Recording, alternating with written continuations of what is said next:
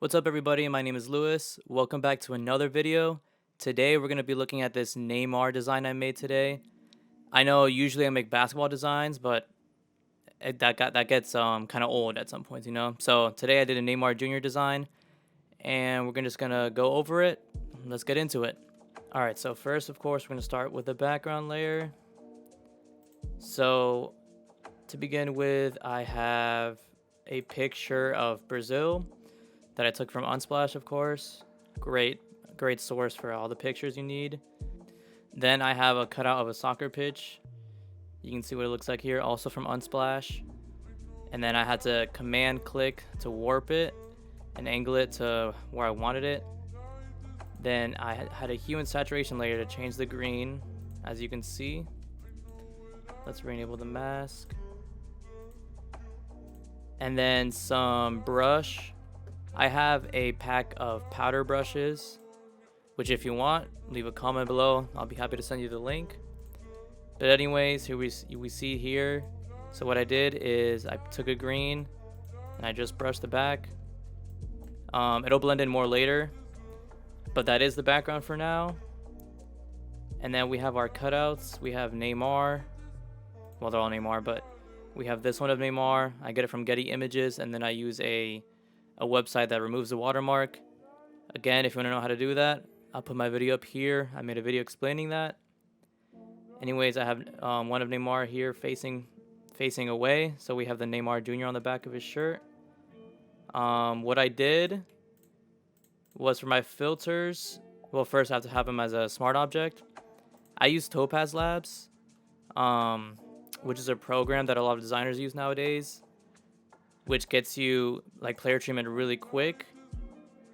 But if you don't have that, you can always just go to camera raw, go to clarity, texture, change those values out.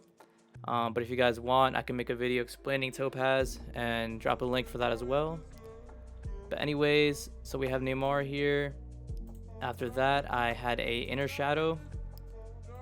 So the light's coming from the top. As you can see, he's like closer to the sky. So for inner shadows, this really draws out highlights and adds another layer around his on the edges of the cutout where the light hits. So for that, I would go for inner shadow, blend mode, change it to linear dodge add. I always do two. So the first color is something like almost white, but I did a yellowish kind of. And you can mess around with the values of the size, the choke. It's like I said, for a lot of things in Photoshop, it's really just messing around with the values. But anyways, let me go back. After that, I did a green. I just picked the screen off of the jersey. And same thing, the size, I think this is a little bit bigger than the yellow because I wanted it to spread out more. And yeah, that's for the Neymar that we have in the back. Now we have the one in the middle with his tongue out. So for that one, same thing as far as player treatment and the inner shadows. But except for this, so for the inner shadows, what I do, we'll go back to the center to show you.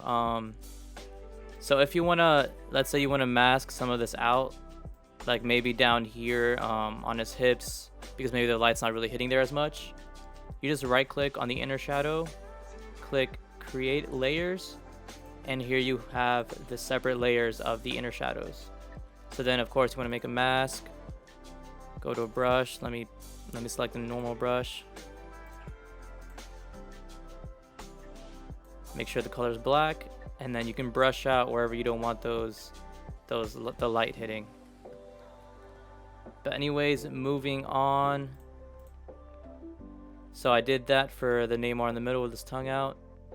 Then I also added a levels layer, make it multiply, invert the mask, and you can see here I dragged it kind of to the darker edge. That way, because I wanted to darken, well, you can't see my finger, but I wanted to darken here, right where the jersey's away from the light, because the light's not coming from all directions, you know, it's coming from the top, right? So we add shadows to to show that and add another level of depth to the design. So you make a levels layer, click on the mask, and brush it on. I usually use a flow of 10 with my brushes for that, and a hardness of 0. And you can see here, you just brush on where the parts where you want dark. And then I masked him out a little bit more on his regular cutout. So here it was kind of straight, but what I did was I used the powder brush to just mask it out. That way it's not a harsh line cutting through. And then lastly, I added a brightness layer with a mask on his eyes. You can see if I zoom in closer. To just brighten out his eyes. That's a lot of designers do that nowadays too. So I wanted to do that as well. Okay, moving on. We have the Neymar on the bottom. So let me delete that. I don't need that. So going bit by bit, let's see here. All right, so I have the shadow of Neymar. So normally for shadows, besides just brushing it on, so for here for the ones under his feet, I would go to a brush. You can choose black, or you can do, like you can see the pitch is green, right? So we want to go to green and then just pick a darker green. So you make a new layer above him. You make the brush a little bit smaller, kind of like that. The flow 10 or whatever number you want it. And just brush under where there should be a shadow.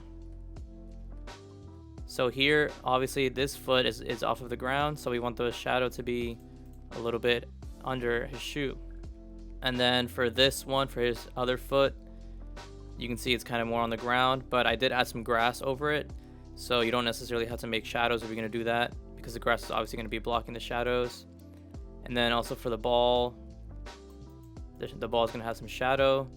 It's darker wherever it touches the ground, and then lighter whenever it gets farther away from the subject. And also under the body, I do a general shadow.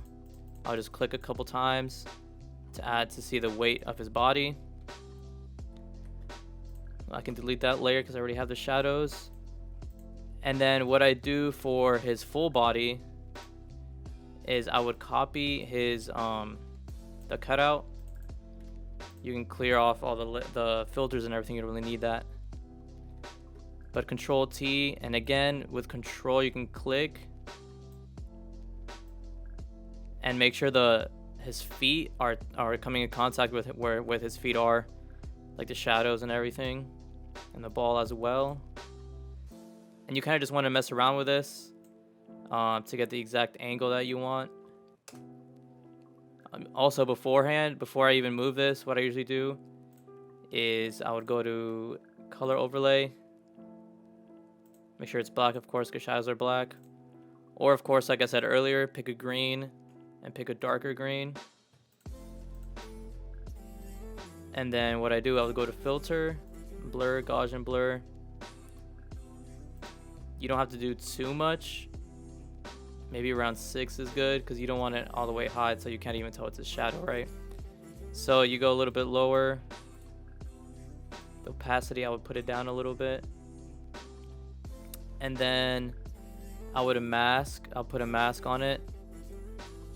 Just pick a brush. Same thing, low flow and low hardness. And same rules apply here, right? The shadows are darker wherever his feet are touching the ground and everything. So the farther away the shadow is, the less opaque it is. So you want to mask that out. Maybe that was a little bit too rough. But just mask out. Maybe I'll make the flow of 5 instead of 10. Just gradually soften it up. And of course we want the shadows darkest here, so we're not gonna mess around with that. And there you go. It looks kind of off because I already have a shadow there, but that's basically the gist of it. So let me remove that. Next, what do we have? We have more of the green brush. I added that to create a level of separation between the grass here in the background that we see. So it's really simple, basic, just green brush. Like I said, the powder brush I used again, which I think was this one, and I just brush it on. Next, we'll keep going with Neymar here. I had a levels layer, just like what I did with the one with sticking his tongue out. Same thing, just to add more shadows. Because where's the light hitting? I wanted the light to hit from the top here, and then the side, the left side. So it would be darker obviously on the right side because the light's not hitting there. So I brushed on there. Let me get a new brush. Change the flow back up. So I brushed onto the sides where the light's not hitting, and then on the lower parts of the shoe that's close to the ground, that creates shadows. And the ball as well. Here you can see, here I'm gonna remove it. That's how the ball normally looks, but I darkened it on the bottom and then on the right side because the light's not really hitting there. And then these are shadows that I place above, like on the actual cutout. And then same thing with the other ones. I did an inner shadow, masked them out, and I removed it from the right side because of course the light's not really hitting there. And then here I found a patch of grass online that I masked out. I put a hue and saturation layer on it to match the grass color here. So I put it on the ball and then on this foot right here, the one that's touching the ground. I really had to put it on the ball because this isn't a complete mask of the ball. In the original picture, it's kind of cut out. But then again, this grass adds another level of depth to the design. It's more realistic that way. So I believe we're all done with the players. I forgot about one thing. So when I was making the design, I thought something was missing. I was at this stage you see right now, and this green smoke.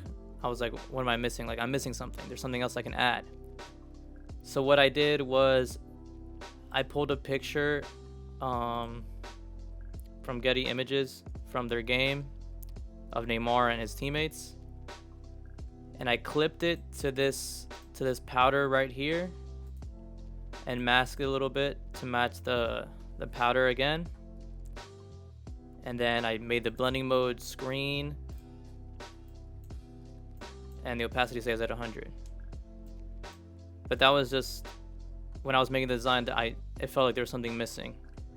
And even now, we're almost done already with the design. Maybe there might be other stuff missing that I could possibly add, but it's up to you as a designer to make those choices and see what you can do. But moving on, so like I said earlier, I wanted the light to hit from the left and from the top. So what I did really, I just had a brush. It was a white brush, flow 10, however you want it. And I brushed on the left and on the top. That way we see brightness coming off the edges, and that gives me leeway and a reason to use these inner shadows. All right, moving on to color lookups.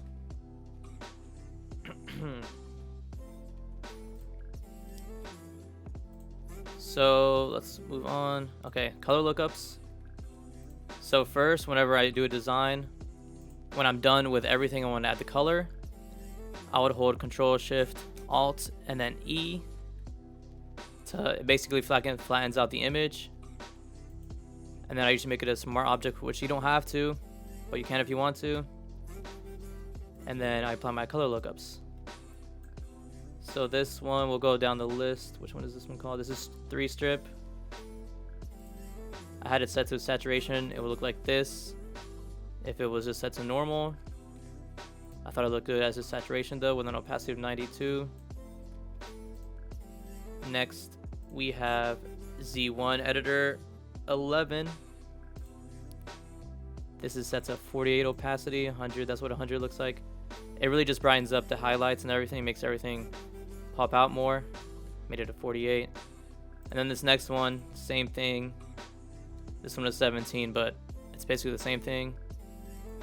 It brightens it out more. Again, set it to 48. And then next I have my logo, of course. And then after, so I was at this point, but then I realized whenever I'm done making design, I always look through, like just zoom in and look to see if there's any final changes you can make.